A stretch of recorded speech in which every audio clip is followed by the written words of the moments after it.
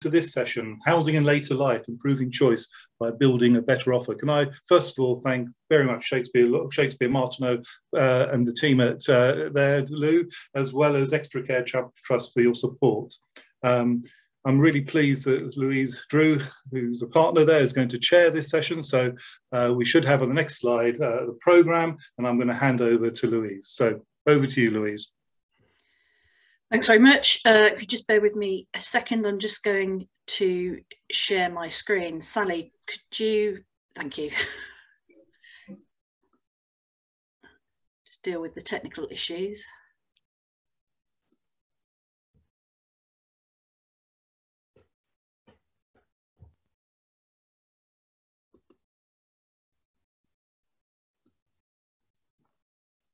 All right, we're there. Okay, so before we come on to the rest of the panelist speakers today, I just wanted to set a little bit of the scene because you might be asking, why is a law practice kind of here at all, really? But Jeremy and I have worked quite closely together for a long time, and we did a report back in 2019 about shining the spotlight on retirement housing, and this led to about 12 months ago me having a discussion with a couple of my clients and Jeremy, where we wanted to explore this whole issue around aspirational living. So we wanted to understand why the public are not knocking on people's doors going, can you please build retirement housing for us? And why instead it seems that we're living in a country where the majority of older people are in owner-occupied, normally freehold properties that are way too big for them and that they struggle to maintain. So we embarked on it about 12 months ago. We released a white paper back in April, and there were some key people involved in it, so it wasn't just us and the LIN. But coming to kind of like one big fact, so it's estimated that £1.4 billion every year is paid from the NHS due to the fact that people are living in accommodation that's unsuitable for them. Leading to things like, you know, hazards causing trips, falls, cold and damp conditions, and all of this just exacerbates poor physical and mental health. The other stat is that we seem to live in a country where, despite the fact that there has been plenty of research and evidence indicating that people moving into suitable housing with care at an earlier age will actually save them and their families a significant sum of money per year paid to care homes because they reach a crisis point and therefore have to move out of their homes. There is a lot of hesitancy from the public to actually want to move out of their family homes and into something that is more suitable. So we looked to explore whether or not this was because there was a perception issue around retirement housing, or was it simply that members of the public just didn't understand what is actually being built and what is available to them. So we carried out some research, 2,000 consumers on a YouGov survey, and we did a mirror type of survey with providers from across the sector. So a number of both private and registered providers and others that are in the sector answered the questions. And then we did some comparisons. And the aim of this was really to try and bring together some key players, and you'll see there on the right the panel members on our steering group that were involved. And we came up with some key themes that came out of the research. So we wanted to explore in the white paper the lack of public understanding of options and the benefits of later living. We want to improve the perception of later living, both locally and nationally. We wanted to redefine and re-energise an interest in it. We sought to raise the profile of later living and do something about the negative association and language that's used in the sector, especially within the media.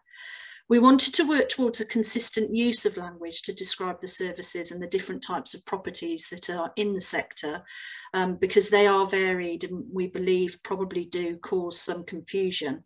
And Michael, who's going to come on after me, I think will have some interesting commentary around that. And we saw a gap in terms of having some form of platform that the public could go to in order to learn more about retirement living. So what the options were, what the language means, things about sort of tenure and property options that were available to them. So I'm not going to go into all of the key research because we'd be here until Friday probably, but there are 5 main points that came from it, and I'm going to concentrate on a few of those. Tackling perception of, as I've already said, understanding the benefits, who do we need to target and at what age? That was an interesting set of data. How do we target them? And a consistency of language. On the tackling of the perception, we found that 1 in 3 members of the public, so that is quite a staggering sum of people, believed that retirement housing is synonymous with old people's homes. And 1 in 5 thought that if you're talking about retirement housing, you're talking effectively about care homes. This is particularly concerning given the pandemic and the fact that there's been such negativity around the number of deaths that have occurred in care homes, when in actual fact there's been very few in terms of deaths in specialist retirement housing.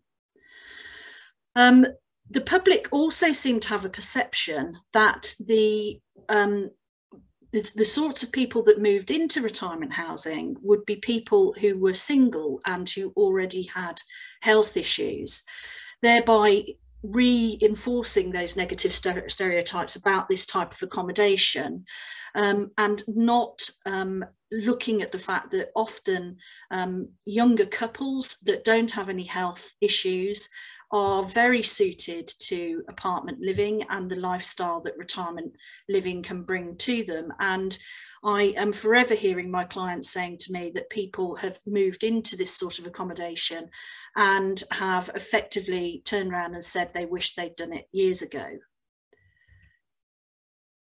Then there's the understanding the benefits of the type of accommodation. And what was interesting is there was a bit of a disconnect between what the public felt that should be provided in these types of schemes and then what the actual providers themselves believed they should be providing. And the other thing that came out of it was basically location and care provision were the top influencing factors for the public in deciding whether or not they wanted to move into this sort of accommodation. But there was also variance around that in terms of the demographic, with middle class families, for example, more likely to be influenced by the leisure facilities that are being put into schemes.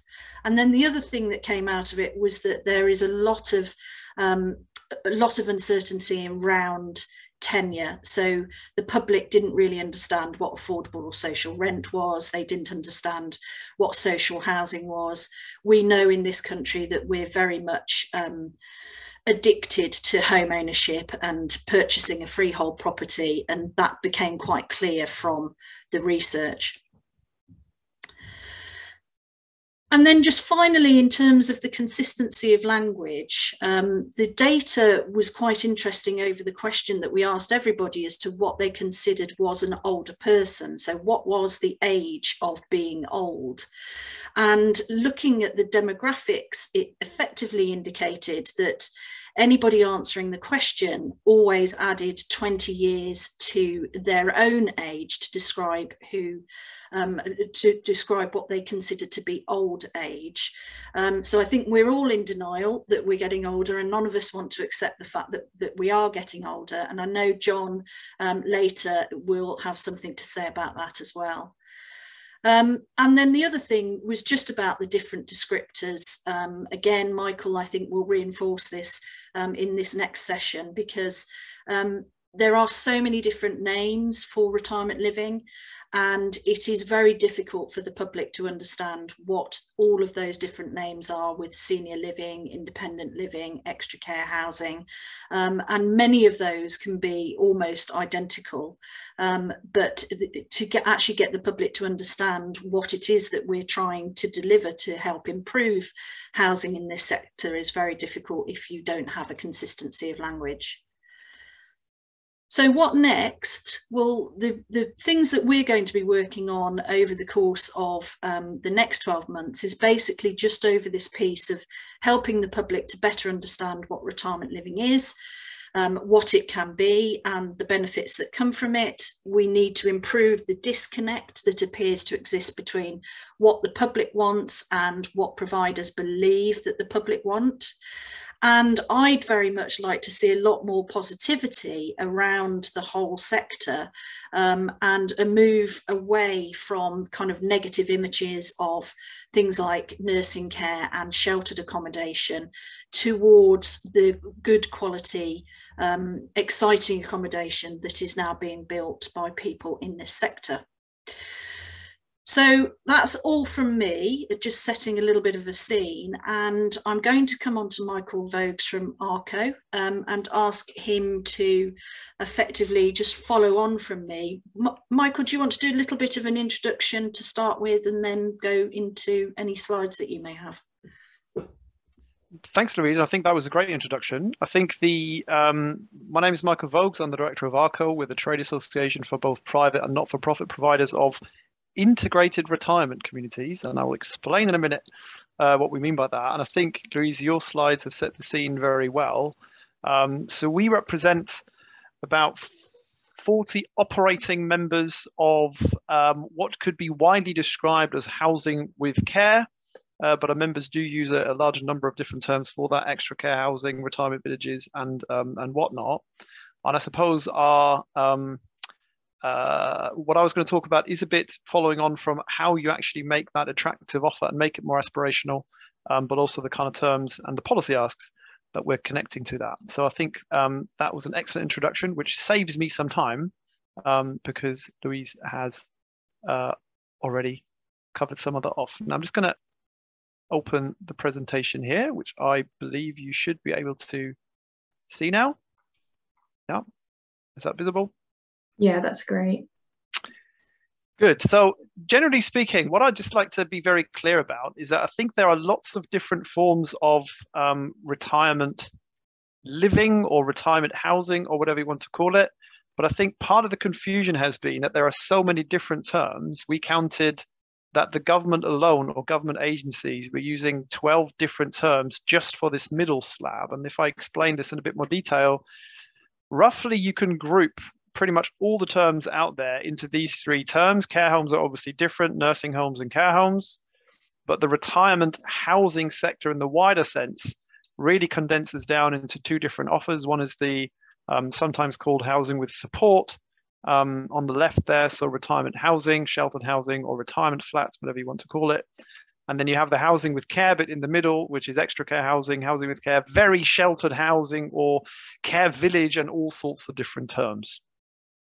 Now, what we did, Arco represents only this middle slab, I should say. And I think if you're looking at where a lot of the impetus for new operators entering this arena comes from, the vast majority of the investment is focused into that operational long-term model of renting or running integrated retirement communities. I actually quote you here, Louise, because I think the work that you did was very good. I think it showed that not many people knew about what a retirement community was. We did a lot of research on this, also qualitative research. We also had a figure that I haven't put on here, but I think Octopus Real Estate had a figure that showed that I think 50% of older people were afraid to raise the issue of moving on to different accommodation with their family or friends. That's half of all the people out there that were surveyed, because they were afraid of being labeled as weak and old. So I think just that tells you a lot. If half of your customers don't really want to talk to you that much. Now, so we had a perception problem, but taking this a bit further is there was also something that we were spending probably the first 5-10 minutes of every conversation we had with government ministers explaining what it is we were and what it is we were not. So we needed a new solution to this. So we did all sorts of work, and in the end, it was the term integrated retirement community that worked best, that signified additionality, because it was important that you don't just have retirement community, because that doesn't signify that there's services available, like extra care housing in terms of care, obviously being very important, the optional care. And that's the term that we are now going with. So it's older people, offering older people the opportunity to live independently in their own home as part of a wider community. Lifestyle, wellbeing and care services, and that's important, are available and integrated into that as well. So that really where that terminology is coming from. And we've spoken to various government agencies, and we have at least 2 government agencies that will make reference to this and potentially even start defining the offer with IRCs. So be prepared to hear more about IRCs, and that could be affordable rented extra care. It could be retirement village, because the offer, in fact, is very similar, just the tenure is different. Just quickly to come back to this, and again, this is only the housing, that's the integrated retirement community market. I need to update this slide. We were trying to not say housing with care anymore. It is very small in the UK, but actually the way the sector breaks down is also very interesting, is that 2/3 of the UK's integrated retirement community sector is actually in the affordable rented space. And I think that's something that we're always very proud of. And in fact, most of our members' provision sits in that sector. But it is something whereby that the highest growth is in the private payer market, not necessarily private provider, because we have plenty of not-for-profit members who are providing for the private payer market, like Michael, who will talk about the Extra Care Charitable Trust. And I think what we've seen is that the focus of policymakers is now slowly shifting away from that affordable end to what we can do in that mid-market provision, because what you see is that probably the vast majority of older people will be in that mid-market slab, although there's very little provision for them. And we need to be proud of the fact, and in fact, it's, I think we should thank Jeremy for that, because we were very good here in the UK, or Jeremy was very good at actually getting that model off the ground. And I know that the New Zealand market, for example, that the government is very keen to see. They have a flourishing private payer market for retirement villages, but they haven't been able to replicate that for those with more moderate means. And that's something that we should be very pleased about here. Now, the social care white paper that came out last week was very specific in terms of we need to expand these options that keep people out of care homes. And I think the thing that I'd really like to mention, and I think the perception gap that we've had for quite some time, and the way we need to almost shift that perception, is that the way the care market used to operate. So if you ask someone who is in their who used to operate care homes in the 80s, they'll tell you that they had customers that dropped off their bags and went off on a cruise, or people that just drove down to receive a little bit of care. Someone whose wife might have died and they couldn't cook to save their life, and they just needed a bit of company, and they moved to a Victorian residence, which was a residential care home. And if you needed as much as an incontinence pad, you'd probably be in a nursing home or even a geriatric hospital, of which we still had 45,000 in 1987, I should say. Now that picture has completely changed. We don't really have geriatric hospitals or long-stay hospitals in that form anymore. Nursing homes and care homes are now very much focused here at the acute end. And really what that's opened up is that provision gap that sits in the middle between people needing low levels of support and care and intermediate care needs. And that really has not taken off in the way it should. And the way, I think one of the mistakes this sector or our sector has probably done is, I think we've positioned this as, if you try and position this only as an alternative to someone's family home, I think you are going to struggle to make that case, because people are very attached to their homes, and that's very understandable. But if you position this as a much, much, much better alternative to move to an institution like a care home, then suddenly it becomes a very attractive offering.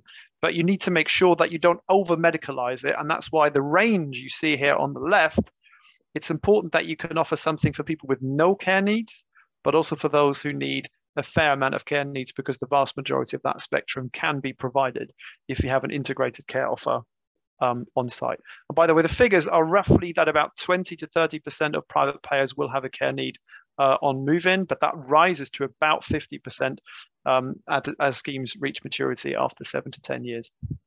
And that's both planned care and occasional care.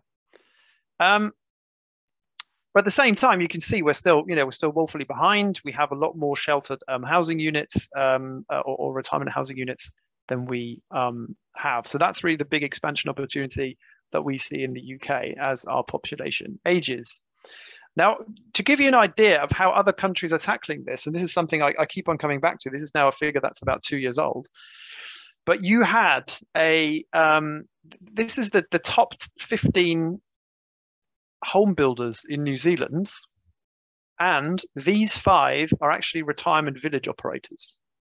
Now, imagine in the UK, the biggest home builder weren't Persimmon or whatever they're, I don't know, Barrett's, whatever it is, but the likes of integrated retirement community operators. And I think, 5 of the top 15 are actually in this market. And that kind of shows that they get that offer right of what you need to provide. It can be an absolute something that, a large proportion of the over 75s, I should say, would want to move to, which I always find absolutely fascinating. And another fact is, my understanding is that in the last 10 years, in the whole of New Zealand, I think they've only built 2 care homes that were not part of a retirement village. So no one's building standalone care homes in New Zealand. They build large retirement village with smaller care homes as part of that provision. So it's really that integration into the wider health and social care landscape that is going on. And we can talk a bit more about this later, but I suppose one of the drivers that we've seen is very much the fact that we're aligning this not with a house builder model, and there's less of a focus these days on the development margins that can be achieved, but you are moving to an operational real estate model. So what we know, and Louise already mentioned this, is care provision is really important, but as the house builder model is not particularly good at providing long-term care provision, and that is why I think we're seeing a lot of the big investors coming in. The institutional investors are going for long-term models, often based on DMF or rental models that we're seeing. I think the interesting thing is, if you're going to be happy with a lower margin that you can make upfront, you can build more aspirational facilities, which is another interesting point. That how do you make it aspirational? It's not by squeezing every last penny out of the development margin. It's actually by saying, actually, let's go down our expectations here and shunt some of the value creation into the long term. And the other thing that we're seeing, and this is a really important point, is that we know from research that one of the biggest issues that consumers have is not necessarily the upfront ticket price of moving in, it's the ongoing costs and the uncertainty of cost escalation, the fact that you might not be able to sell it, and the fact that your family might be landed with a property they can't sell, which is something that we have unfortunately seen and still are seeing in the retirement housing sector. So some of the models that are very popular with consumers these days are more of the enjoy now, pay later, where people are paying higher deferred fees or deferred management fees, event fees, whatever you want to call them. But in return, their service charges are lower, they're subsidized, and the liability for repairs, for increases, even for resale values and voids transfers over to the operator. And we're seeing consumers reacting quite enthusiastically to that, because effectively what they want is certainty, because they're not necessarily asset rich and cash poor, but they're asset rich and cash nervous. And that's the kind of the issue we see. We can de-risk that. It makes it more popular for them on moving in. One of the problems, though, and I'll just kind of, I won't go into this too much, is that ultimately what you're looking at is that compared with other classes, IRCs are still seen as a fairly risky investment, mainly because of the lack of regulation and sector-specific legislation in the UK. If you see where BTR and students sit, and if you see where IRCs sit, it is still some way apart. And that really is attributed to the lack of the regulatory certainty over here. So what we're trying to do really is bring IRCs down the risk curve into something whereby cost of capital is lower, which will result in even lower costs for consumers, but also increased supply. And how we're going to do that, just briefly, I think I've mentioned it before, other countries that have much more mature markets, but they also have sector-specific legislation that governs the long-term operation of that operational real estate. We have nothing here in the UK. We operate partly under Consumer Rights Act, partly under leasehold legislation, under all sorts of different things that are quite disparate and not necessarily very well suited. Other countries have acts of parliament that underpin that, and that's certainly what Arco has been advocating for. We think it needs to be done in a task force that brings different government departments together, so including regulation and the regulatory overview, and that's something that large-scale investors are very keen on, including our not-for-profit providers, I should say.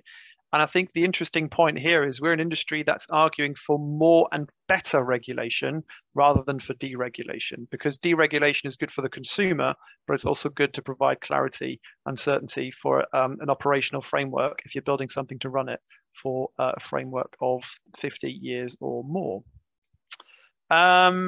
I think that's me. And I think what we're just finally, we think there's scope to actually expand from roughly 70 to 80,000 units to 250,000 by 2030.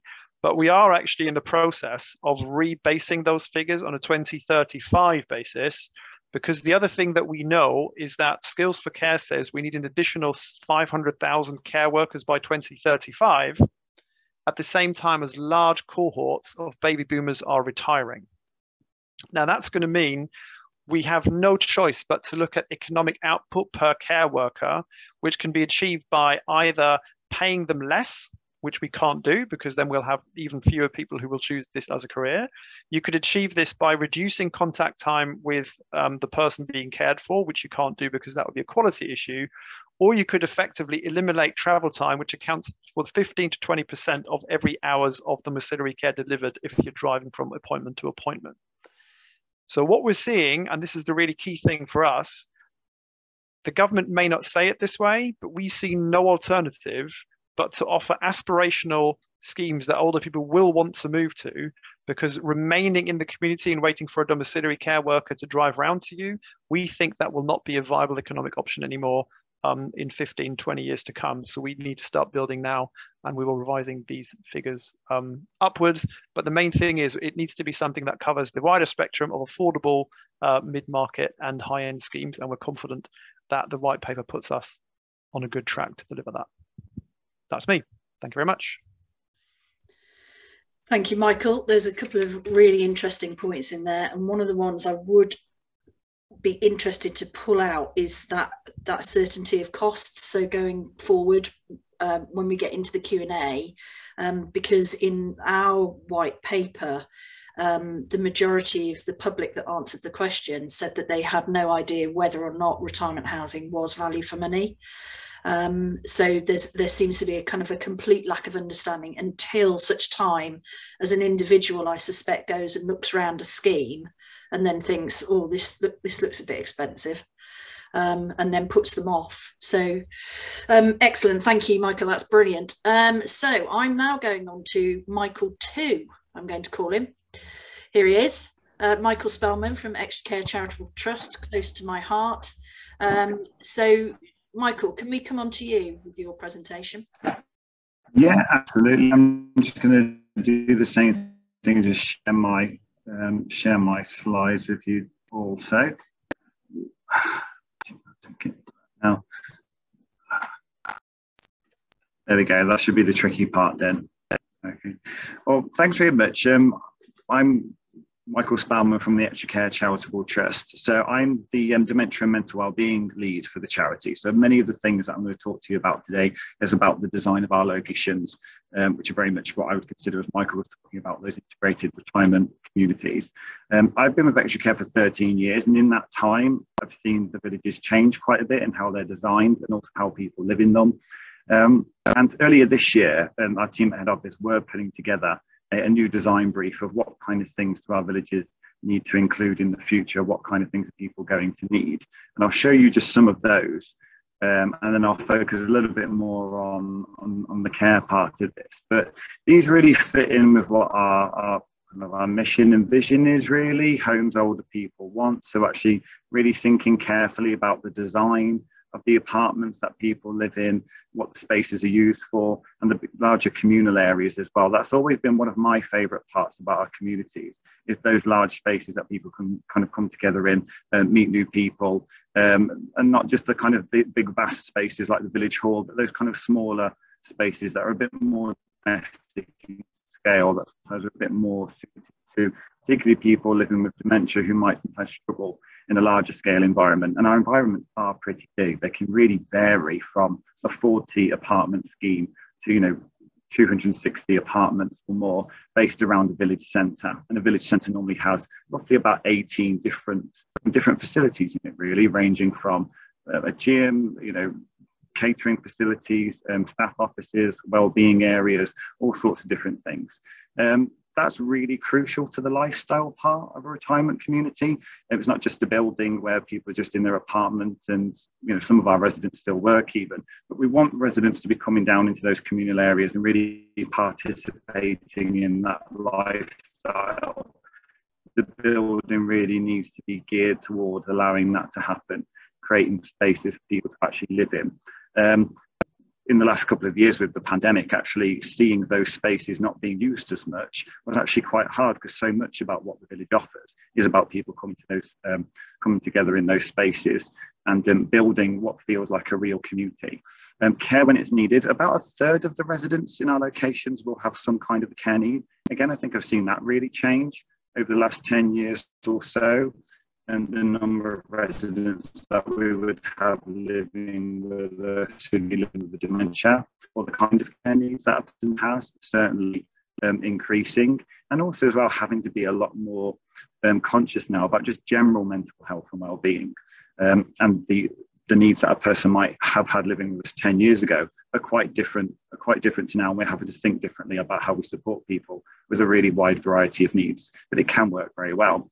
And also, one of the parts of the design briefs that the team are really thinking about is, does a village work financially, the environmental sustainability of the building, which is also quite interestingly something that residents are a lot more conscious about now. Residents want to know, well, what are we doing to make our buildings more sustainable? What are we doing about the environment?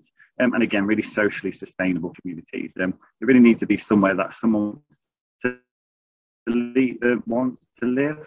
They want to choose to move from that home that they've lived in for maybe 50 or 60 years and move into something because they want to live in a different type of community.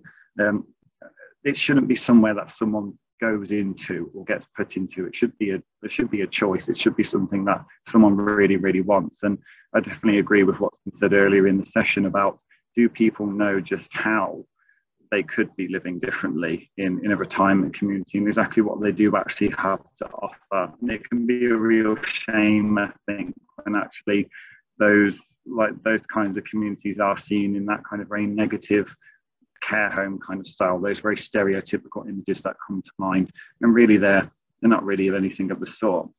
Thinking about care then, let's say being a dementia and mental wellbeing lead, this was kind of one of the areas I wanted to focus on. How the building, how it's actually built, how the apartments look, the way they're structured can have a really big impact on how the care is actually delivered. Palliative care and end of life care is something that we're thinking about an awful lot more. And again, for someone like me who's been in extra care for 13 years, that's quite new. A few years ago, our head of innovation and wellbeing, Shirley Hall, brought in this idea of let's become gold standards framework accredited for end of life care at home in the location, rather than seeing so many people ending life in hospital. How can we make it easier if someone wants to end their life at home, that they can actually do that with us? How we actually care for that person is really important, but the actual building itself and the structure of an apartment also becomes really important in offering that. Dementia-friendly design, not necessarily an easy thing to achieve. I'm a big believer of, I'm not entirely sure there's one single environment that works well for everyone living with dementia. I think you can make an environment more dementia-friendly or less dementia-friendly. What determines how or less dementia-friendly it is who lives there. Dementia is such a varied experience, so many different people. what's going to work for one person isn't going to work for the next person. And we've done a little bit of work around that as well, that I'll talk about a bit later. This was a topic that was interesting to see in the design brief, considering the routes of emergency services, ambulances. You know, if a person has passed away, you know, how can that person leave the scheme in a very kind of sensitive and dignified way? It's nice to see those kind of things being included in the design brief, and not shying away from the fact that yes, people do reach end of life, you know, in a retirement community, and that can be, you know, part and parcel of what a person might see living in a retirement community. And care office design, there's been a couple of locations where, after the original opening of the building, where the carers are based, how visible they are, how easy it is for them to get around what can be quite a vast building, has sometimes needed to change. So thinking about that much earlier on in the process, making care a bit more efficient, so actually people aren't travelling long distances from one call to the other, and also making it a nice environment to work as well. I went to one of our villages over in Coventry, Ilston Park Village, and actually it's a really nice office to go and work in. It's nice and light. You're quite visible to the residents, so you can see a bit of life passing the windows as you sit there and work, and it can feel like a much more nice place to be for the staff and also for the residents. One of the things that came out of the design brief, which I was Could I just jump in? People are struggling to hear you with your connection. Would you mind just trying by turning off your camera and see if that works? Yeah, absolutely. Sorry. That's okay. I was a bit concerned about the signal, actually. I'm in quite a remote part of a location at the moment. So, right, there we go. So hopefully you can hear me a little bit clearer now. That sounds better. Now that the video's off. Perfect, yeah. That's good. And I'll try and sit quite close to the microphone as well. So one of the things that came out of the design brief was this idea for, this probably just looks like quite a normal apartment here. It's quite similar to how many of our apartments are structured. 1 or 2 bedrooms, bathroom, hallway space and a kitchen. But the idea of having a flexible apartment came out of the design brief. I thought it was a really interesting idea, particularly when thinking about residents living with dementia, particularly when thinking about things like care or more specialist end-of-life care. The idea that, yes, you might move into the apartment when it looks one way, the floor plan's laid out in a certain way, but what's special about this apartment is that the walls could be moved, some of the spaces could be made much larger. So for instance, one of the bedrooms could be made much more open plan next to the bathroom. Really great for someone living with dementia, where things like sight lines become very, very important, and I'm not having to guess what's behind different doors. Another thing around the end-of-life care as well is how an apartment's design can be really important. One of the reasons people might want to end their life at home is because that it really feels like home and not like a hospital. Whereas in quite a normal domestic in scale bedroom, if we think about then the various equipment that a person might need in that room as part of their end-of-life care or as part of their mobility, that space that probably once did feel quite comfortable and quite homely could quite easily start to feel like a hospital. So actually, at the right time in the person's time with us and in their care, if that space could then change, be made that bit so actually, so it was actually rather than kind of having that kind of hospital feel to it. So having the idea of a flexible apartment was something I was quite excited about, and hopefully it's something that we will start to see in future developments as well. Also as well, perhaps there's even just scope in there for sometimes when a person might just like a bit of a change. Not all the time a couple might be able to stay in the same bedroom together once care needs become part of their life. People might want to have that little bit of a space between each other, but still know that they can be in the same apartment and at home together. This is a fairly kind of typical, well, the scale of a village. This is Wrexham's village in Bedford.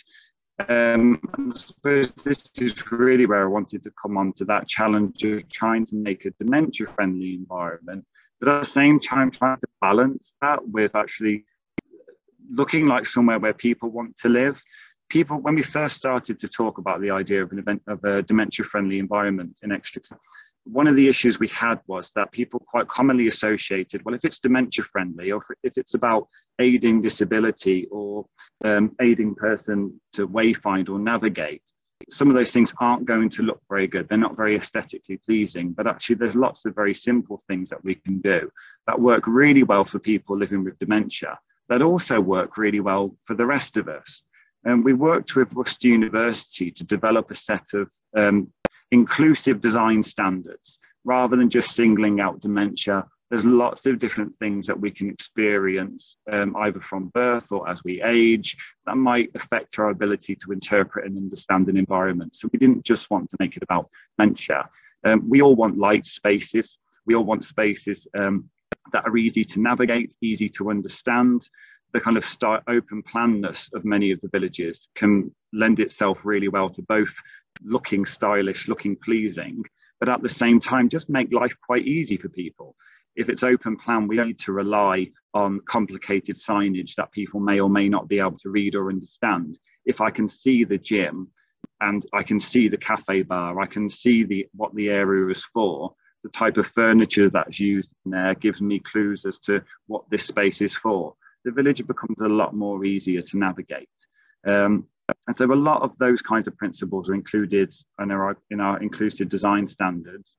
And really what we have to try and do to embed those is really one decision at a time, quite regularly actually. One of our interior designers, Sally, she'll often come round to my desk in the office and we'll look at carpet samples and things like that together, because sometimes it's just those really simple decisions that can be very effective. And just gradually trying to embed dementia-friendly design principles, and again, things that really just work for everyone. Some issues, though, that we experience and some of the ways that we want to support residents can't always be done through the built environment. We have to really look quite heavily at the social environment as well. It can be one of the best things about the village, that people can really come together, but it's not the easiest thing for every resident to do. That can be for lots of different reasons. It can be like things like someone living with dementia. It could be depending on where the person's lived before. The person might not have lived in the best type of housing before and actually really then struggle coming into a large environment and having to interact with lots of different people to really get the best out of their life there. So we have to look at what other ways can we actually support people to live in the communities that we build. And there's quite a few different things that we do in Extra Care, but one of the things that I wanted to highlight today was a project that we have running probably till about next summer. We're going to try and continue it from there. It's called the Engaged Lives Project. So the tagline there is building confidence community. This project really came out of the idea that not everyone might know exactly how to engage in a new community when they move in for whatever reason. It might be that they've not had to get to know new neighbours for a long time. So what this project was really about was to try and tackle loneliness, but rather than waiting until one becomes lonely and offering something like a befriending service, one of the main parts of the project is offering workshops to residents in our locations where people can come to a session once a week for about 6 weeks, normally about 10 residents at a time. And they go through each week looking at a different theme, really. We've looked at things such as how to overcome negative thinking styles. We've looked at things such as, like physical resilience in terms of keeping yourself physically healthy, so that you can actively engage in your community. We've looked at subjects like volunteering, and we've even looked at topics like mindfulness. The sessions were quite popular and did seem to help encourage residents get more involved in their community, particularly residents who might not have been very naturally confident in meeting and getting to know other people. We actually took a lot of the learning from those workshops and created, I suppose, what we really can describe as a bit of a self-help book. And there's an image of that on the screen. The book's called Steps to Connection. And there's actually a series of pages that residents can work through, different exercises where they can really look at, well, what did they actually hope to get out of their retirement? What kind of things did they want to achieve? What kind of groups would they like to be part of? And are there any barriers to them really getting involved and engaging themselves in the community? It could be something as simple as shyness, or it could be something a lot more challenging, like a social anxiety disorder or phobia. And so what we're hoping to do is continue to do a lot of this work, because although we can build a beautiful place and we can build a great environment, is really how people live in it and how we help them to do that can be one of the most important things that we can offer, really. And then really try and strike that balance between great built environment, great social environment, and the more people that see that really will hopefully also go some way to helping people understand what life can really be like in a retirement community, and get rid of some of the stereotypes that we often see people thinking a retirement community is. I'll unshare that screen now. I'll keep my camera off for a few more moments just in case that is helping with the audio, but that was everything I was going to go through, so thank you very much. Thank you, Michael. That's fantastic. I just hope that your rural internet doesn't put people off building accommodation in rural places. Please don't be put off. There's lots of benefits both to urban and rural. We know that. Okay, that's fantastic. So we're on to Dr. Vicky McCall, who is hopefully going to pick up. We've talked very much around retirement housing being very specialist, but we all know that in actual fact there is no one size fits all, and we do need to ensure that we're looking after everybody and giving people choice as to where they would like to live. So I'm hoping that Vicky will share some of the research that she's been doing in this whole area of, as it says on a slide, planning for later life. So over to you, Vicky. Thank you very much, Louise. And my presentation actually overlaps very well with the speakers so far. And it's almost in two halves. I'm going to reinforce this idea that there is a need and a want for planning for later life. And the second part of the presentation will be focusing on why that is so difficult. So that's what I plan to do today. So yes, it's not a surprise. Everyone knows that we have an ageing population. It's been one of the bits of evidence we've had for such a long time, but yet the housing sector is still woefully underprepared for ageing. And this is an idea that, well, I think often the people I talk to as well that have done research in this area for a very long time is that we're often seeing the same challenges come again and again, and yet we're still failing to look up from the immediate chaos of today and look to the future and plan for 20, 40, 50 years time. There's often a lack of ownership over this area, and there's a fragmentation around how we deliver and plan services in this area as well, which makes it a really challenging space to be in.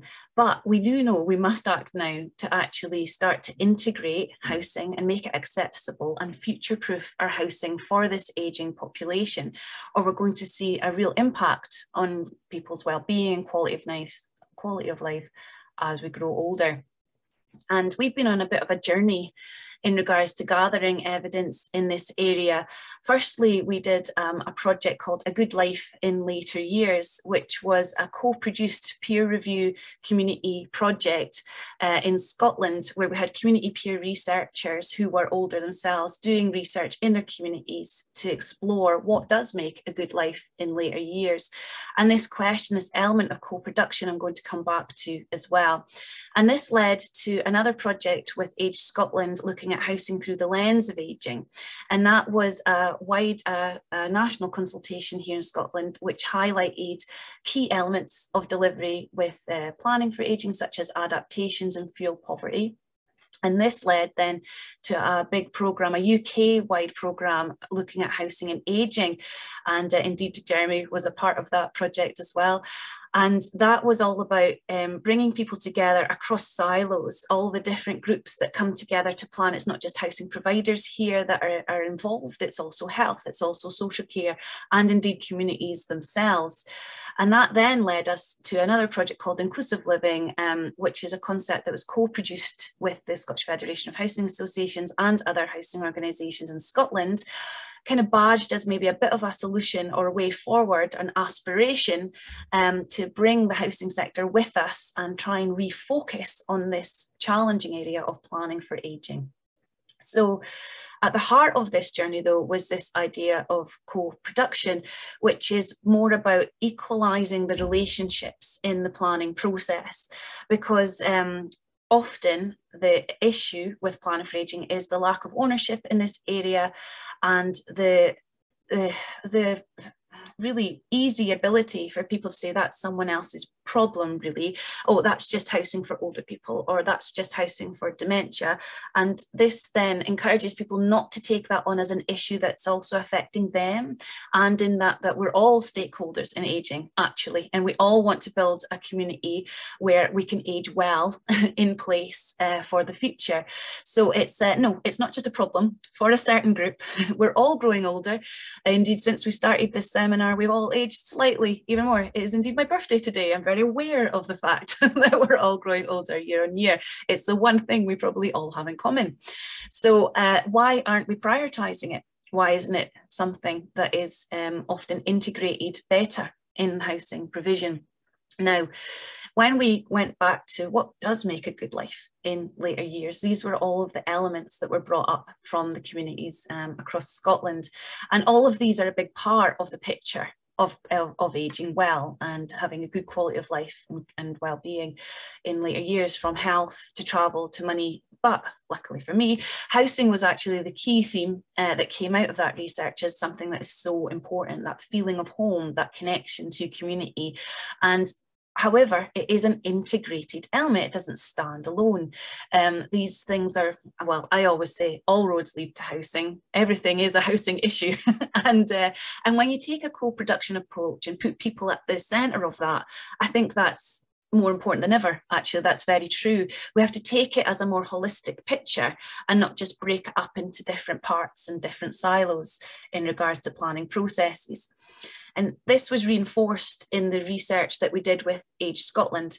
This was feeding back, it was older people themselves across Scotland saying, well, it's not just about the house, it's about getting out of the house and having the neighbourhood, the lighting outside and inside neighbourhoods, transitions, access to services, shops and buses. Travel was a huge element, a big theme that came out of what makes a housing viable, what makes a living viable in different areas in different ways. So it's just part of that. I attribute to it's an integrated, flexible picture that people approach this with. Really interestingly enough as well, in that Age Scotland research, we've heard a lot about perceptions and stigma that's attached to certain housing, such as care homes or the perception of what older people's housing is. And that was definitely reinforced in this project. Definitely housing for older people was viewed often just as housing for other person and not housing for me. And that's part, again, of trying to normalise and integrate planning for ageing into housing, because if we're actually planning for ageing already at the very beginning and as part of a cyclical nature in your repair and maintenance or such as that, then it's not something for other people, it's something that's happening for everyone. And the Centre for Universal Design, Excellent Universal Design, argues, you know, if you plan for the most excluded, you include everyone. And that's kind of where the inclusive living things that I'll come back to were going. And why that's so difficult was explored in more detail in our Housing and Ageing programme. Now, this was quite interesting, quite an innovative, creative methodology we employed here called a serious game. Now, that didn't mean that you weren't allowed to have fun in the game. and indeed, we were, I had the exceptionally fun title of Games Master in this programme, one that's definitely on my CV. And what we did was design a game where it was a town, just a kind of typical everyday town. And we called it Hope Town because we are glass half full people. And we brought different and very diverse groups together to look around, to be on this board, to help the people in Hope Town age and live well. And what we did was we were a bit cruel to people. We made them play until 2030. Theoretically. So we gave them budget cycles, we gave them, and we would take away budget, we would add more people to the board because it was an ageing population, and so on. And you had groups that were playing the policymaker role, groups that were the service providers, the older people's group, and also the developers as well. So there was lots of different elements of production in this town. And their main aim was just to improve the well-being of the people in Hopetown. But they found this extremely difficult to do because often people become homeless, or people in the game wouldn't have the resources to stay in the home that they're in. And there was a lot of negotiation in regards to supporting ageing in place and belonging. And the underlying approach was looking at this as housing and home, but also community, and also breaking down interesting elements of care and technology to see if that could generate, or people could come together to make decisions that supported a feeling of belonging in a place. And what we found was that, well, not one group got to the end of the game without somebody being homeless, or somebody being in inappropriate housing, or the well-being being completely affected by a lack of resources, or a lot of services, or a lack of services, because people found it was interesting because the game made people face the decisions that they made at the start. So if you made key decisions there, you played it out and you were faced with that decision at the end.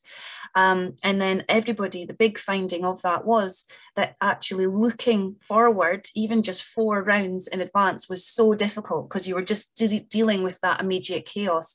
And I think that's a really good metaphor and a good reflection of why it is difficult to plan to 2030 to 2040, because the chaos of the moment is actually very challenging. But the second key finding of that project was that when you worked well together, when the service users, when the policymakers, when the community groups, when the service providers and developers were all around the table and negotiating their priorities together and agreeing that ownership of the way forward, the outcomes, the well-being and the quality of life for Hopetown was much improved. So co-production is absolutely key of making planning work in regards to this area.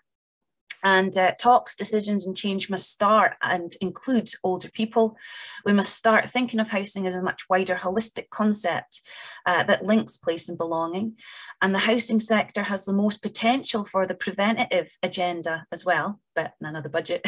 And you know, that's where real things can be changed that would stop someone or maybe support someone in a health crisis. And housing brings that tangibility to the preventive agendas with specific things we can do: adaptations, housing with care, access to care and repair services, and energy efficiency as well, not to forget that, and the importance that that is having and will have. So it's not just about aging, but aging well. That was the conclusion of that project. And we said, well, we argued that we have to place housing at the heart of service integration, not just health. We need to place housing, give it a much bigger seat at the table and bigger voice. So, and I'll put links to that report later. So that led us on to the final element of where all this led to, and that's this vision of inclusive living. So this is 2 things actually. It's an aspiration, it's a vision for the housing sector, but it's also been developed into a planning tool for the housing sector in regards to inclusive living as well. And underneath that is just trying to reset the way that we approach housing planning, repairs and maintenance cycles, important areas such as adaptations and our approach to independent living, to not add on inclusion, but actually to bring it much more forward in regards to planning and different planning cycles. Because things like adaptations, you know, it's usually, it's even that word sounds reactive rather than proactive, you know, and often we've found that the interventions that we have in the housing sector come too late, that somebody's already had the fall or the health crisis, and then the adaptations happen after that.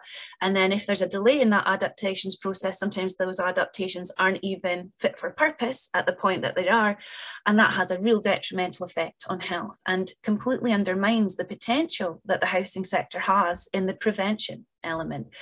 So it's more about thinking inclusively much earlier and not siloing out just for people with dementia. And I think this links really well with what Michael was showing you so clearly in their beautiful inclusive design approach. That's what it is. If you're designing inclusively, then it's good for everyone, isn't it? I mean, a ramp, a house that's easy to access is excellent for somebody in a wheelchair. It's excellent also for me with my pram. You know, so often our approach to design is siloing out elements, but actually if you just kind of step back and think, right, how can we actually redo that inclusively, and how does that benefit a lot of groups at different times, we start to then integrate and normalize an inclusive approach. And that will tackle the stigma, that will tackle the elements of where somebody thinks, I don't want that adaptation because that says to my neighbours that I'm really old and not capable.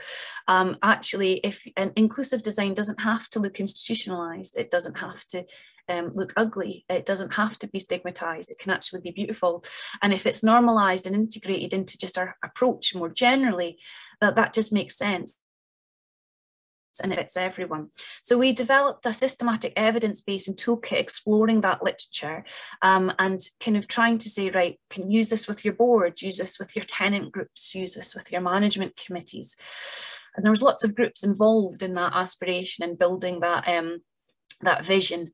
And there's a lot of will. I do want to say that often people say, no, people just don't want to do it, but actually there is a lot of want, there is a lot of will, and there is a lot of need, but it's just still quite challenging, especially when things are under-resourced, and post-COVID extra challenging as well in different ways. So this was the co-designed concept, and it's this idea of trying to make sure that, okay, we might be focusing a lot often on physical space and design, and that's really important: accessibility, adaptability of internal and wider environments, technology, sustainability, green spaces and quality, this idea of everyone friendly. However, it is also about connections and relationships, and also social inclusion and equality. These are also equal parts of the puzzle, of the picture of planning. So if we're not planning also to support social connectedness at individual and community and service level, you're missing a part of that picture.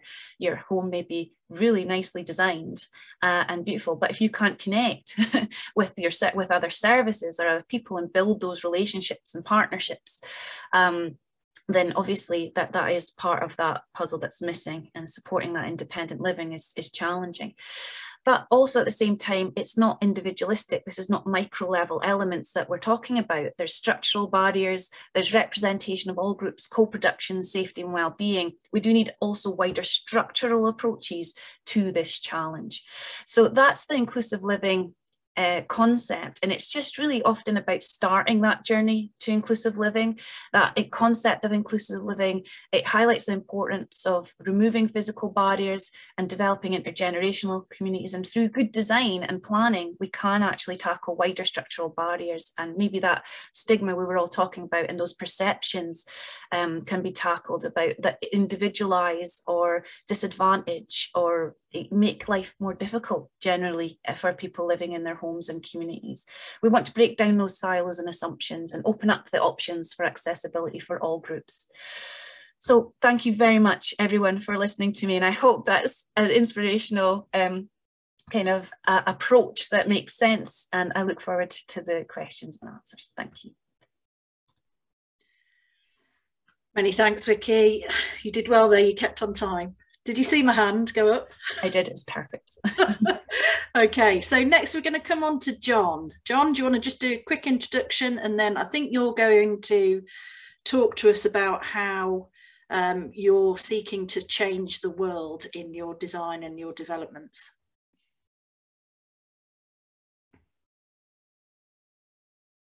Is he there?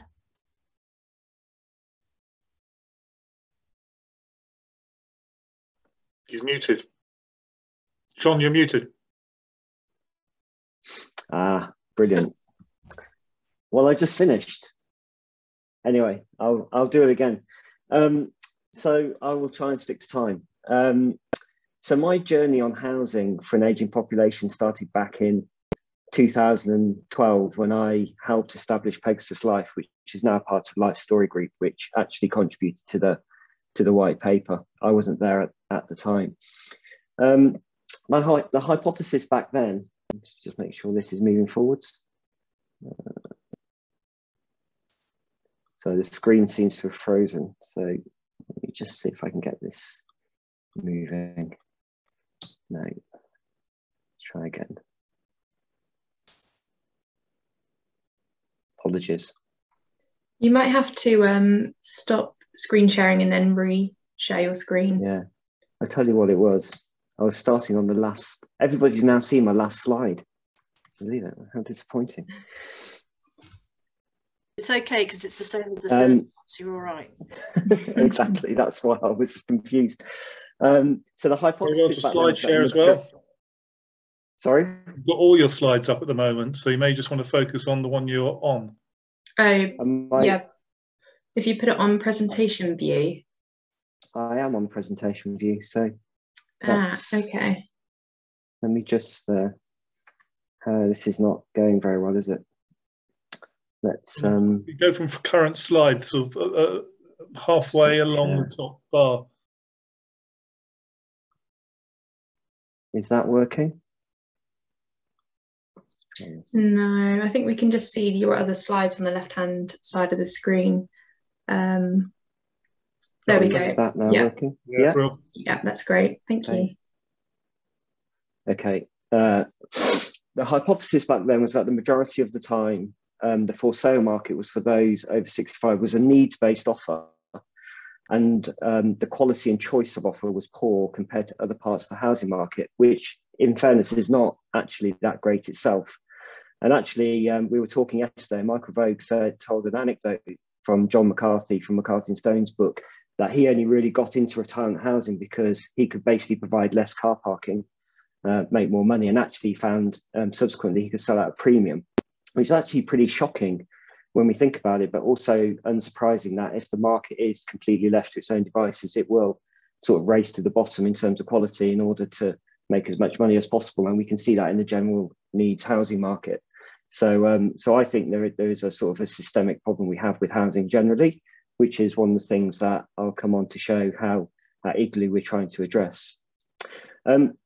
As described by other presenters, we know that the demographics are compelling. And the question we asked ourselves was, how could we attract active retirees to rightsize to make an earlier move to a well-designed product and form new relationships with other people? I mean, our customers, it was a for sale, or is a for sale product. They generally lived in the best housing in a town. They wanted something that they would be proud of, not stigmatized by. So just showing some of the imagery here of some of the marketing and sales suites that we built in various locations in order to attract people to come and speak to us. We actually did some, moving forward again. Why is this? We actually use those places to also look at designing bespoke offers for particular customers. And this is us in one of those sessions.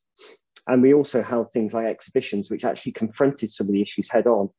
So this was That's Not Me, because basically generally when people were thinking about retirement housing, they would say, oh, that's for other people. And I think that's played out by some of the comments that were made earlier in some of the earlier presentations. We saw that marketing of all kinds of desirable products generally airbrushed out anybody over 65, if not over 40. No one was really talking to this underprovided group in a positive way, and we really wanted to change that. To some degree, we were very successful at disrupting the market, I guess the measure of which is whether other people had to follow. And I think superficially they have in terms of design quality in places, but it's not really getting into some of the deeper areas which some of the other presenters today have actually explained in detail. So we were very interested in inclusive design. We went up and went on a course at Stirling. I completely agree with the idea that actually design for dementia principles are just good principles anyway. They don't need to be primary colours. There's lots of ways in which you can use those principles and apply them intelligently if you work with good designers. I think one of the issues we found that we hadn't really accounted for was that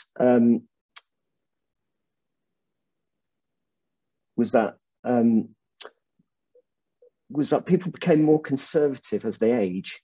So the boomers who reshaped society in the 60s were now quite different people in their 60s. And we found that was a bit of an issue. It did force us to try new things. And in line with the wider housing market, rental actually proved quite popular and also fits with this expectation for managed buildings and services. And actually, we are moving to more subscription models in all aspects of life. I think one of Pegasis's key principles at the time was to run a not-for-profit estates management business, partly to overcome some of the poor practices that we saw in the sector around people making a lot of profit out of service charge. And we wanted to make our profit on the sale of property and not seek to profit from people further down the line. I don't know if it's still the case, but I can imagine that's really challenged by the idea of rental, which in itself is stigmatized as a model. The idea that unless you own your own home, you've not succeeded. And actually, although this slide's been up for a while, I think Maslow offers quite a good lens to actually assess some of the problems we're facing. Because, you know, our house builders generally, let alone retirement housing providers, which is what Pegasus was, so it's not in the same category as Michael Vogue was talking about, sort of deal with this sort of physiological need. You know, yes, it's a roof, it stands up, and to some degree, safety and security. But I think we can see with issues such as Grenfell, you know, in design and build, and the problems that Bovis Homes and others have, and hopefully I won't get sued for saying this, we're not even providing that. You know, if the housing industry, general housing industry, can't even give you your physiological need that's safe and secure, how can we ever hope to get to the top of Maslow's pyramid where people feel fulfilled? And actually, I think a lot of the things that we're talking about today is really how to create the psychological security, the community, the belonging, and then your own sense of ego and accomplishment and pride in where you live. So you can then actually get to the top of the pyramid and really be happy and I guess live a meaningful life. And I think, you know, this is one of the real issues we have, is that without a firm base, we're never really going to get up to the top of this. I added this on because about 15 years ago, I think it was always a bit of a joke that somebody put Wi-Fi at the bottom of the Maslow hierarchy of need, but actually it's become really true. And I think anybody who's probably attended some of the previous sessions that Jeremy's been running and HousingLIN have been running this week, they'll probably see that actually Wi-Fi, digital broadband, 5G, smart devices, they're actually becoming essential. I mean, for people to actually get access to government services or any form of help, if you don't have these sorts of services, then it really is an issue. So I put that in there more as a note for some of the things that I'm going to show later in the presentation. And this is just to show some of the projects that I was involved with at Pegasus. I think we were shortlisted for 28 design awards. We were housing design awards. We won 8 or 9 of them in the last 8 years. And I think we're incredibly proud of what we've achieved.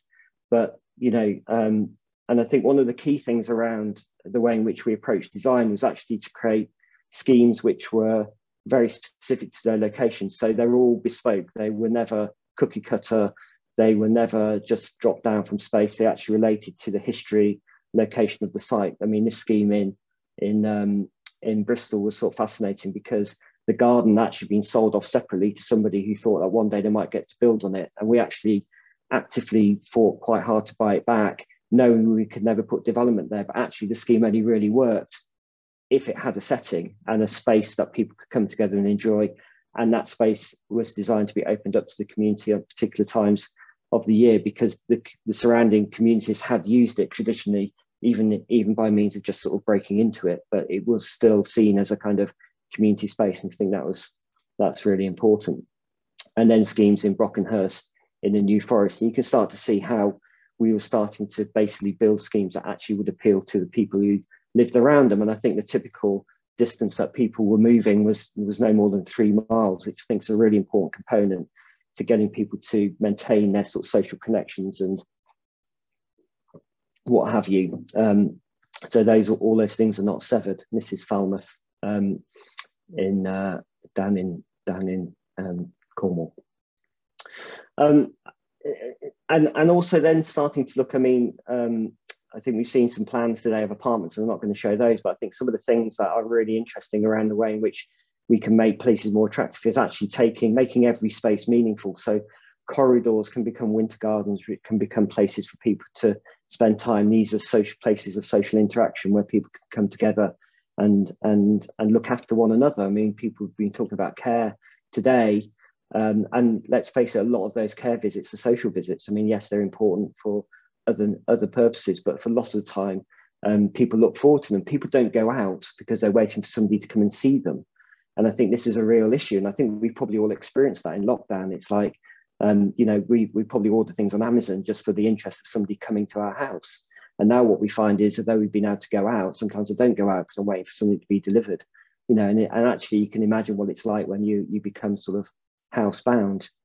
And this was a scheme that we did in Tetbury, which again was really important, the way in which it was designed into cloisters around small courtyards, which the community could own, and co-creation was talked about earlier. These spaces were intentionally under-designed, and then budgets were given to allow each group of residents to basically make those spaces and form those spaces in the way they wanted them to be.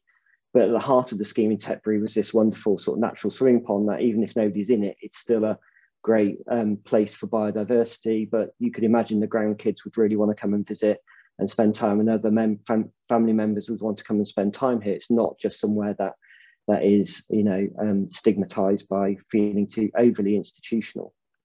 And some of those smaller spaces that were being spoken about, where people could dwell and spend time and look at the world, or sit and wait for somebody to come and meet them before they go out on a walk, or just spend a bit of time dwelling. All of these small moves add to this kind of comfort zone that you try to create around the buildings.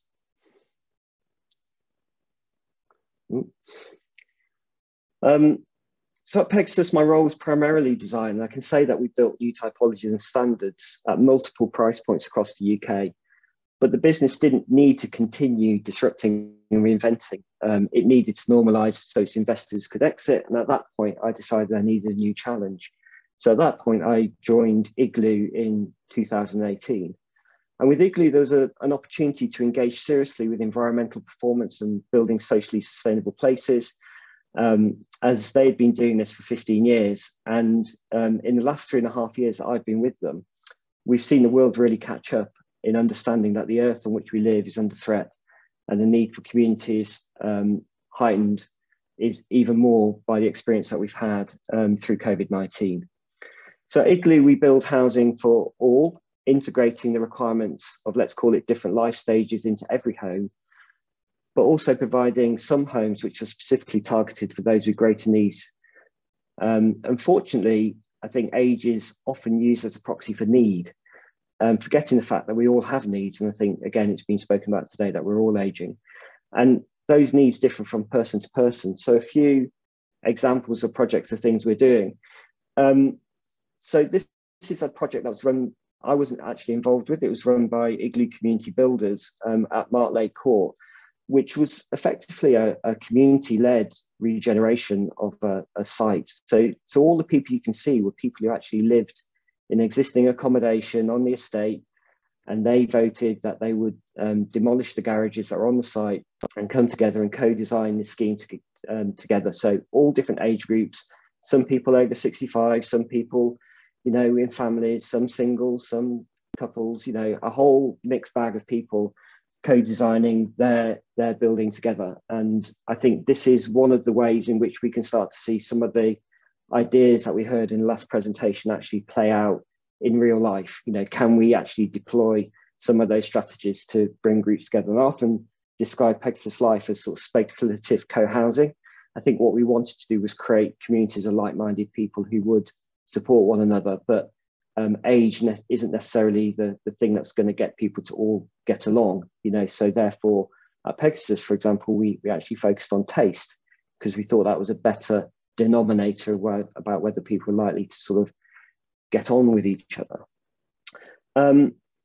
This is the scheme we're doing with Nationwide, which you might have heard about in some of the previous presentations that have happened in the week at Oakfield. And here we've specifically been looking at creating an intergenerational community. So this is the building that we're doing with PRP, which is specifically for older people, but they've also designed these homes, which are, again, are designed specifically for those who are older, and with all the various design benefits, many of which have been described earlier. But I think what's really interesting in the intergenerational component to this is actually it's mixed in with general housing, but in these courtyard clusters of houses which actually open into a shared communal landscape at the back. In the corners, we have a house type which is actually a one-bedroom ground floor flat for an older person, and a one-bedroom flat for a younger person, or doesn't need to be a younger person, it could still be an older person if you want, on top, with this idea that actually could we start to create a housing provision that would meet people's needs that was actually more fully integrated into the same urban construct, rather than necessarily siloing them either into completely independent schemes. And I have to say that's one of the things we worked at quite hard with Pegasus was schemes of a scale and nature that was still felt like they were connected to their locale. And I think, you know, it's really important that as schemes get larger, that those things are kind of understood, the impact potentially of taking a lot of older people out of the community and putting them in one place. And if they're not still connected with the community they came from, that's quite difficult. This is a 33 hectare site that we're doing in Sunderland. And here we are actually delivering a rental product for the local authority. It will be an open market rental, but again, all of the things that we've learned and we've been doing at Oakfield and that I've learned at Pegasus are being deployed within the housing design here to ensure that actually we're designing genuine lifetime homes. I think, you know, I can only applaud Jeremy and the work that he did with Happy, but I think at the end of those Happy reports, it always said, these are good principles for housing, all housing. And I've really taken that to heart. And in the work that I've done ever since, I've tried to make sure how would this home adapt and change over time. And this is just some of the housing designs that we've been working on with Proctor Matthews and Mawson Kerr, who are based up in the northeast, and Proctor Matthews in London. They worked with me on quite a few of the Pegasus schemes.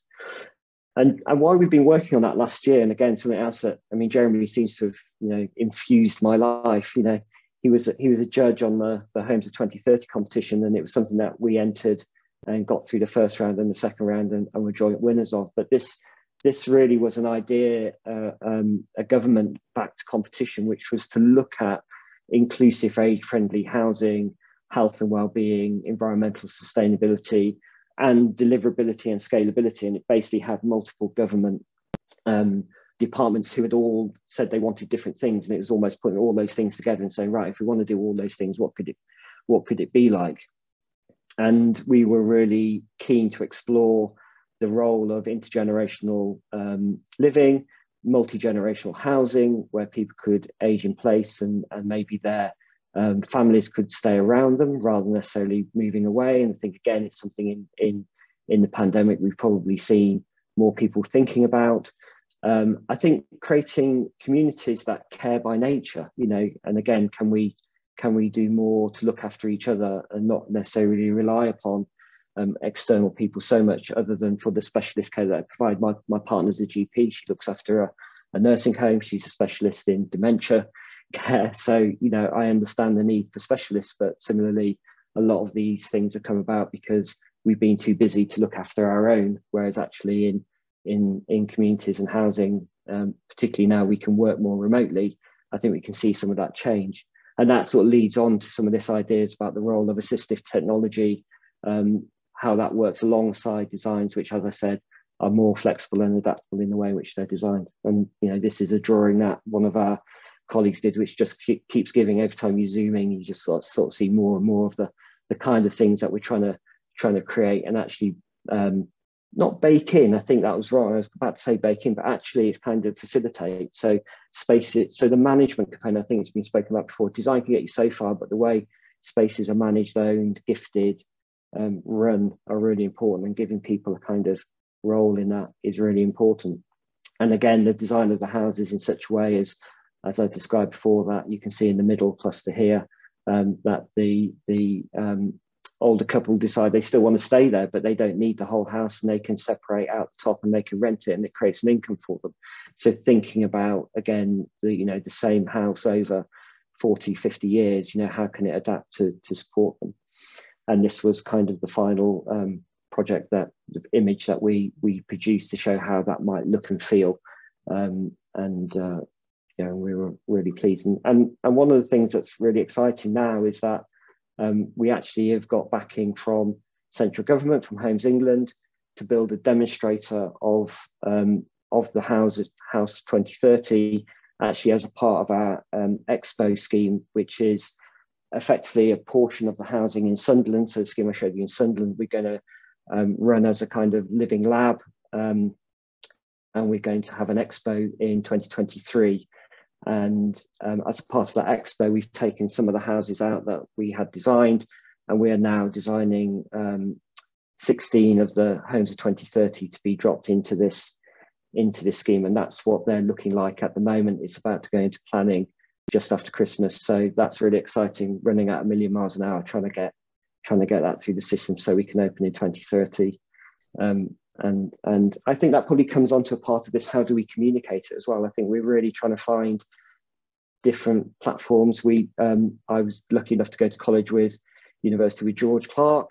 He's from Sunderland. You know, actually, how can we bring people like George in to help narrate and storytell around these issues? I think architects, I'm architect by training, can do so much, and developers can do so much, and academics can do so much. But actually, maybe one of the things is about actually getting this stuff out there in popular culture and on TV, and that's a way of destigmatizing some of this, because we're just hearing great stories about it rather than negative stories about it. So for us, you know, anybody who wants to come or know more about how they could get involved with the expo, drop me a line. But I think this is a great opportunity to sort of make it real and really attract normal people to come and experience, you know, what we mean when we talk about dealing with an aging population and how housing can help tackle that. And John, the final image, I'll probably, John, yeah. Have you got much more to go? I'm just conscious. Final image. Okay, perfect. Thank you. So final image, and probably a bit naughty showing this because we're at preferred bidder stage, is actually Helix in Newcastle, and this is incredibly important because really it's a development which is backed by the city and Newcastle University and L&G to create easier, healthier, smarter and longer lives. It's got a focus on data science, urban science and life sciences, a 24-acre testbed and collaborative ecosystem for public, private bodies, hundreds of innovators. And basically it's the home of the UK's National Innovation Centre for Ageing and Future Homes Alliance, who are building their future homes development next to ours. We've got effectively, that's their scheme here. We've got a site sitting up here to deliver the remaining 400 odd homes, which again, we are completely mixing houses, apartments, rental for sale with our partners, PFP Capital, and making sure that they're all designed in a way that actually meet some of the issues and objectives that I've been describing in the work today. So to conclude, I'd say that we need to build well-designed, flexible, adaptable homes is more critical than ever to deliver low energy, carbon neutral, socially sustainable neighbourhoods where our ageing population have choices that enable them to maintain and use their long developed social networks. I think that's really important. So we can all live all together now. Thank you. Sorry for the disruption at the start, which probably lost us a few minutes. Thank you. Thank you, John. That's fantastic. That's a real eye-opener. And there's a key theme continuing to come through this, which is about this multi-generational living, and actually not everybody in a particular age bracket living together, which actually goes against, to an extent, what we're here to talk about in terms of retirement housing and how you make it aspirational. But certainly I've been having plenty of discussions about that whole multi-generational idea for some interestingly, time. When I had my microphone turned off, the bit I started with was, I'm a bit of a bull in the china shop, because I'm just going to blast through all of it, because in a sense it's kind of, I don't want to be too provocative, but it's kind of irrelevant. We're getting caught up in our own logic, trying to find names for things. And meanwhile, the general population don't really understand housing and its value anyway. They only really understand its cost. Yeah, no, excellent. Jeremy, I know we've run out of time, so shall we kind of leave the Q&A? We've certainly got at least one in there that we could discuss, but it depends whether or not people want to stay on. Conscious that it's just past 4:30. Officially, we've got another 15 minutes, so we can sort of touch on some of those. I am also aware that it is Vicky's birthday, so she may want to, and I'm not suggesting a rendition of Happy Birthday, but please just answer a few more, and if there's a natural close, bring it to a close early. Okay, well, we've got quite a good one in here, actually, which is from Christine at Wiltshire Council. And it's all about the issue that we have in the UK about renting and our fixation with home ownership. So the question is, a reluctance to rent, to what extent is this fueled by a desire to secure all or part of capital for the next generation? Capital growth still seen to be in property, not savings. Michael kind of touched on this at the very beginning in his session. So actually, Michael, do you want to open on that one? Look, I think there was a perception in this industry, or certainly in my part of this industry, that older people would not want to rent because it was seen as something that was socially stigmatizing. I personally don't believe it's socially stigmatizing. I think the rental issue, I think we're going to see the growth of a significant rental proportion of the integrated retirement community sector. But what we expect to see is that to be for people who effectively are probably a bit older and probably a bit frailer and have a lower life expectancy than the other people entering these. And the main reason for that is that the capital markets at the moment, if you sell your own home, will return you a risk-free return of under 1%. Now, if the operator then applies, let's say, a 6% yield to the property value, you're going to run out of money in about 12 years' time. And that is the hard logic of effectively capital erosion in a rental model. And that's why, realistically, if you're 75 today, 50% of 75-year-olds will live to 90. So if you're talking to a group of 75-year-olds, you'd effectively be telling them half of you are basically going to run out of money by the time you leave this scheme if you were all going to rent. So there's a longevity risk attached to the rental proposition. And that's why we're seeing that rentals are typically to people who, as I said, are older, potentially frailer. And I would, if someone was 75 today, very good health, your parents lived to 100, I would say you should probably look at other ways of if capital preservation is important to you. Likewise, if you're 95 and you want to move in somewhere, would I recommend to you to buy somewhere with a high deferred fee? I'd probably say no, you should rent. And I think that's realistically where this market's heading. So definitely a large growth in the rental market, but being mindful of the fact that it can end up more expensive if you move in at a too early in a stage. Vicky. Just to add some thoughts to that, we did some research in the Stirlingshire and older owner occupiers and looked into that perception specifically about, do owners want to be owners only and renters. The conclusions to that was actually those in the tenure they were in were quite happy with their tenure. So there might have been perceptions of, oh, I don't want to rent, but then they were socially renting and then they enjoy that tenure. So a lot of it's often perception or not understanding other models, which I think has been a theme throughout these presentations. And but the interesting thing is we did see there was a link there to an identity element. There is a cultural identity connected to being owner, and often, let's remember that not everyone has the option to be owners, or the options, are not the same for every group in every way or every area either. So it's quite complex. I think what was interesting about that research, though, was that there was a perception that there was new models wanted as well. That was which kind of connects to others, a willingness and an openness to look at different models, which was quite good. But some of the barriers were very clear. The capital investment element about leaving something for someone was interesting. There was examples of doing that. Sometimes somebody signing over their home to their family, and then their family throwing them out as well. So there is a lot of negotiation there in family networks. I would have said the ones that we were talking to were mostly in lower value properties as well. So there was very little equity anyway involved there.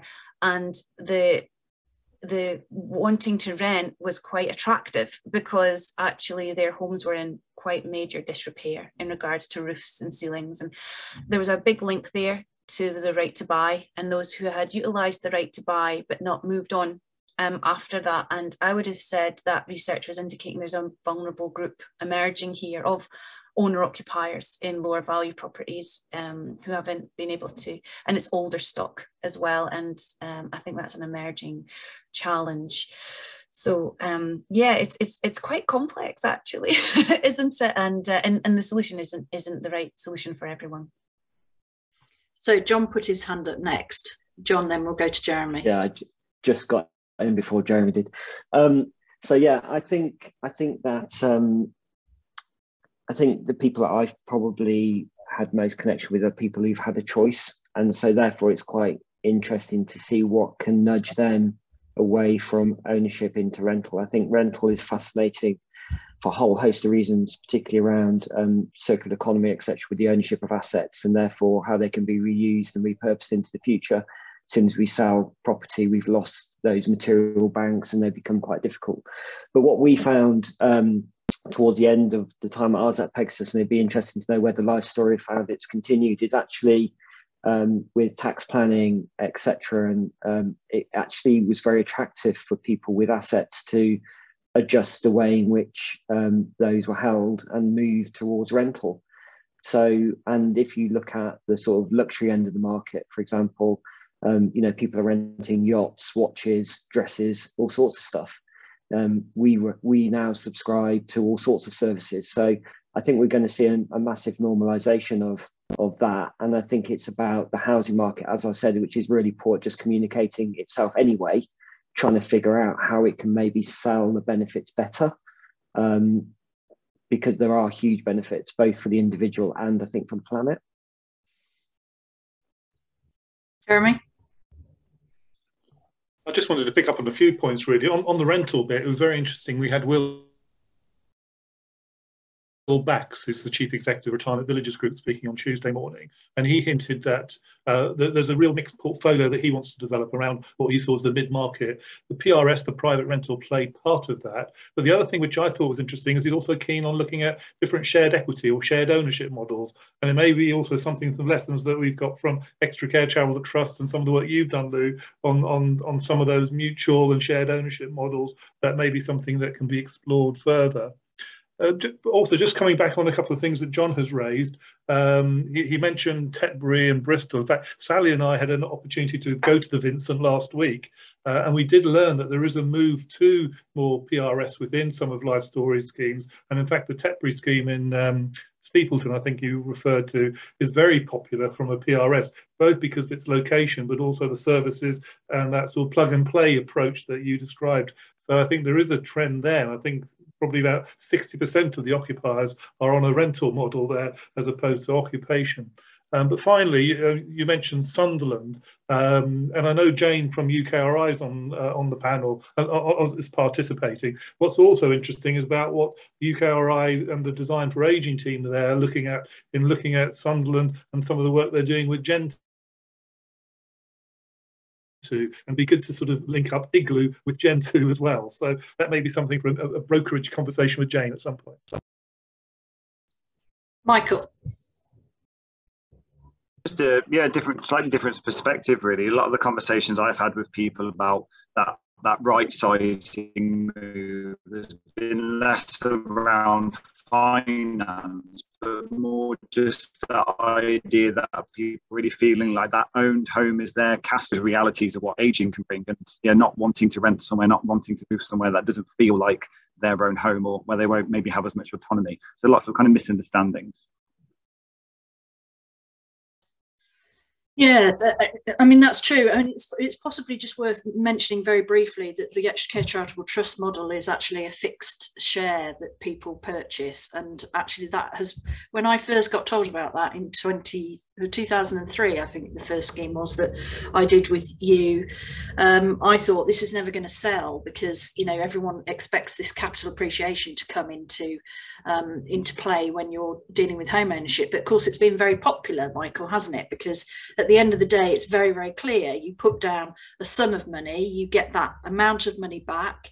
Extra Care guarantee that they will buy the property back, which I know many providers will probably shy away from. But it also means that actually you haven't got mounting rent, you've not got mounting service charges, because there is that guarantee that it will be bought back pretty quickly within, you know, a few months. And also avoids estate agency fees, because you're so good at actually being able to ensure that you've got waiting lists of people that want to move in. So that was kind of what Jeremy was alluding to.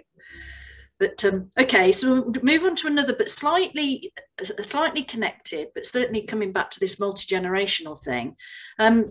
We were asked at 4 o'clock, a question went in. We've got a lot of issues in our area with our extra care schemes, that the older client group are not accepting of other client groups with different needs. Any advice? This is an interesting one for me, because I've been before so many different groups of residents at schemes where we've had kind of like ranting, I can only describe it as ranting because it was ranting residents that don't want any more people coming in that are in wheelchairs, because there's too many of them already. So that's an example. But who would like to come in on this one? How do you balance that community to ensure that people are happy? Michael? I'll kind of be a bit deliberately provocative here, but I think the issue of different, I think in the military, if there is friendly fire, it's called blue on blue fire, I understand. One village manager once described it to me that they get a lot of blue rinse on blue rinse fire, basically meaning older people actually having arguments with each other. And about those needs-based discussions are actually very common. And I'm sure Michael could actually confirm that there is an issue there around, you know, the stigma within the older population, which is why I'm actually one of the people that does not necessarily believe that you can attract 65-year-olds to this, because the average age in an integrated retirement community, once it's stabilized, is roughly 83, which is pretty much a generation older than a 65-year-old. And 65-year-olds don't want to live with 85-year-olds, and that's just a fact of life. And I don't know how we change that. So kind of, I would say there is an issue here whereby, and this is a gerontologist, I believe you say, saying, look, older people aren't always nice to each other. And that is the reality, that sometimes there are those issues where people want to actually get rid of the less able-bodied members of their scheme. So I would say that's a challenge. While I would agree with the approach of let's make this much more wide-based, from an operational perspective and from the community perspective, it can be easier to actually make sure that you locate schemes maybe within a town where people can go out from their scheme and participate in the community that way, rather than to recreate communities in one block that are mixed, which I think is very difficult. And then just a further point, I think sometimes we have seen schemes, and I understand both the local authorities doing it and the providers doing it on the affordable rented side, where extra care schemes have effectively been repurposed into overflow facilities for people with mental health needs, learning disabilities, people in wheelchairs, and so forth. And the question I would ask is, has someone asked the 22-year-old with learning disabilities whether he wants to live with a group of 80-year-olds, and vice versa? And I think that sometimes is the result of this being seen too much of a medicalized, needs-driven model. And I think we need to be mindful that we don't make that mistake and just shove anyone with a social care need into one of these schemes. So that's what I would say. So, John, very briefly, because we've I think really quickly. I mean, we had a picture in our "That's Not Me" exhibition which had like 100 faces on it and says what joins all these people together. And it's like they're all born on 27th of February 1940 something. And it's like that was it. I mean, the chance of them all getting on is just remote. You know, even if they're all the same age. And like I said, I think we did this thing where we started to look at how we create taste profiles to projects, because people are more likely to get on. They all have the same taste. And actually, I think an 18-year-old, a 50-year-old, and an 80-year-old might all wear jeans Alyssa to the Stones and probably get on, right? So I think if you can actually start to create places of character that attract different people because you're going into a different part of their brain, then that's better than sort of trying to create a universal kind of moniker for what these things actually are and hoping people get it.